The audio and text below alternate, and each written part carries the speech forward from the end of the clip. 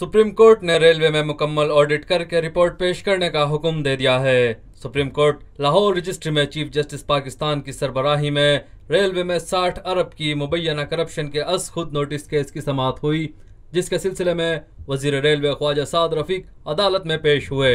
Supreme court Lahore registry में railway के 60 अरब रुपए के खसारे के खुद नोटिस केस की समाअत हुई। चीफ जस्टिस ने रिमार्क्स दिए, ख्वाजा साद रफीक साहब रोस्ट्रम पर आए और लोहे के चने भी साथ लेकर आए, जिस पर साद रफीक ने कहा कि यह बयान आपके लिए नहीं था, सियासी मुखालफिन के लिए था।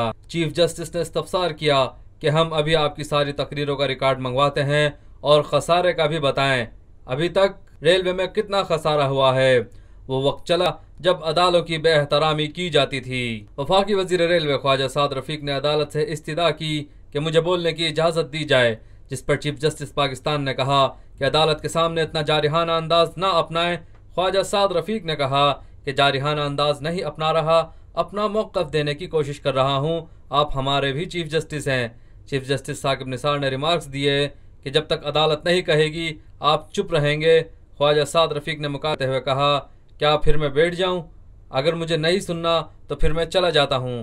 जिस पर चीफ जस्टिस ने बरहमी का इजहार करते हुए कहा कि जब तक हम कहेंगे आप यहीं खड़े रहेंगे।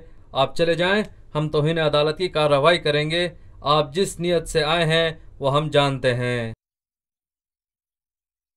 यह है खबर का जहां और आप देख रहे हैं TNN TV।